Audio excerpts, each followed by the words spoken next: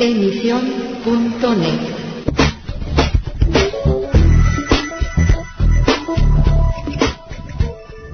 Hello again and welcome to Letter from England, broadcasting for AC Press and the Spanish Evangelical Alliance.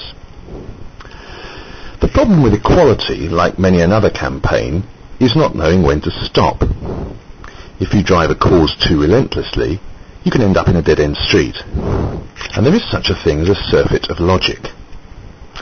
And I believe that this week, equality is ruling at the expense of logic. After years of fighting over alleged or real inequality, mainly by women for women, now it's a case of bringing men's rights into line with women's. Specifically, the powers that be have determined that paternity leave should be legislated along with its maternal equivalent. Politicians and experts, so-called experts, by the way, are always dragged out on these occasions. I wonder how you can be an expert in paternity leave, but there we are. And lifelong fighters for the feminist cause have been working for more than a year on a new equality bill in Spain. The new law gives fathers 15 days leave when their child is born, and provision to increase this to a month from 2013. Fathers, it is alleged, believe it is logical that they should have time off as well, because there are things that the mother cannot do during the first few days after giving birth, especially if it was a caesarean or involved other complications. Mothers or mothers-in-law might often be around, but, so the argument runs, it's logical that their partners should be there too. However, other fathers might well prefer to be at work or as far away as possible, but the so-called paternity experts have not accounted for that in their deliberations. Yet the Equality Bill covers much more than paternity leave. At least 40% of the candidates on the electoral lists must be women, which is neither equal, unless my maths has gone awry, nor particularly democratic. In fact, sounds pretty straightforwardly sexist to me. Firms will be encouraged to employ similar numbers of men and women through the devious procedure of handing government contracts to companies that make most headway in this area. Is that jobs for the girls or what? Sexist content must be removed from school textbooks, and the law also seeks to protect women who are victims of domestic violence or sexual harassment at work, through harsher punishments, one presumes, for those who transgress. So you see that there's a huge mixture of things thrown together in this equality bill, some laudable, others laughable. Alongside that has been the story in the last couple of weeks of the boom in the business of paternity tests, not paternity leave, but actually finding out if one is the father of the child one thinks or hopes or perhaps doubts as to whether or not the child is yours. More and more men are seeking scientific evidence to confirm who really is the father of the child their partner has given birth to. The process involves finding a firm on the internet, paying a fee and receiving a receptacle in the post. A saliva sample is sent back, and some firms do not even ask the customer to identify themselves. The price of the test varies from between 300 and 600 euros if no legal validity is sought, going up to around 1,000 euros if legal confirmation over the paternity is required. A biologist who wishes to remain anonymous and who works for one such company denies it's a shady operation, saying human mistrust existed well before we were able to decode a person's DNA.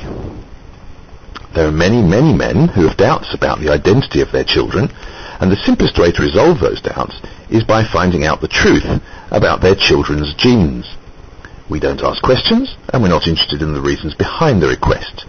We offer a private, anonymous test, just like a pregnancy one. And according to this biologist, 10% of children in Europe have a different father from the one who thinks he is their father. Well, as so often these days in the field of genetics, technology has outstripped legislation. The Bioethics Observatory in Barcelona is calling on the government to introduce controls on such tests, on the laboratories that offer them, and that conditions should always, that one condition should always be the consent of both father and mother. But which father? That's the whole point.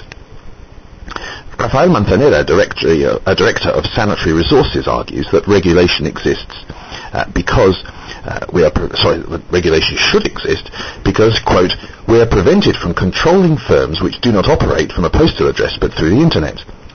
This can lead to situations of abuse if one of the parents does not know that the other one has asked for the test.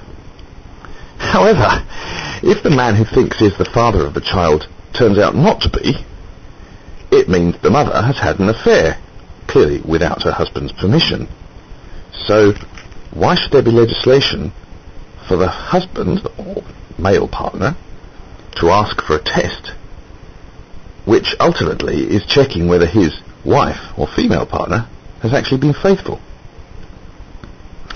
Some companies who offer the paternity service have registered voluntarily with the National Toxicology Institute, which is the only official body to use the service, and usually in criminal cases. Many paternity requests come at the time of divorce proceedings, whereby a man can absolve himself from financial obligations if he can prove the child is not actually his. The child might even lose the surname of the man he had, until then, thought of as his father. And the observatory questions whether paternity should only be determined genetically, and proposes a revision of the concept. And that throws up a very interesting debate as to what it means to be a parent.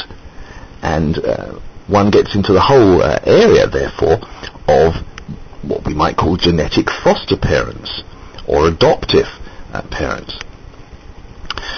Well, sadly, the only winners, I think we must conclude, in this rather sordid business are likely to be divorce lawyers, private detectives, or sensationalist TV shows where people parade their DNA, or lack of it, and argue over family composition.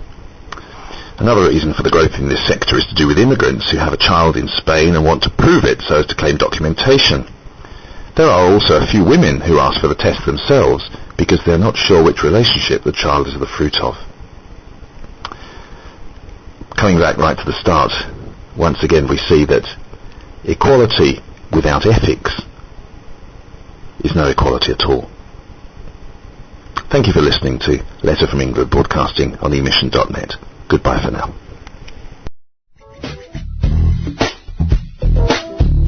Emisión.net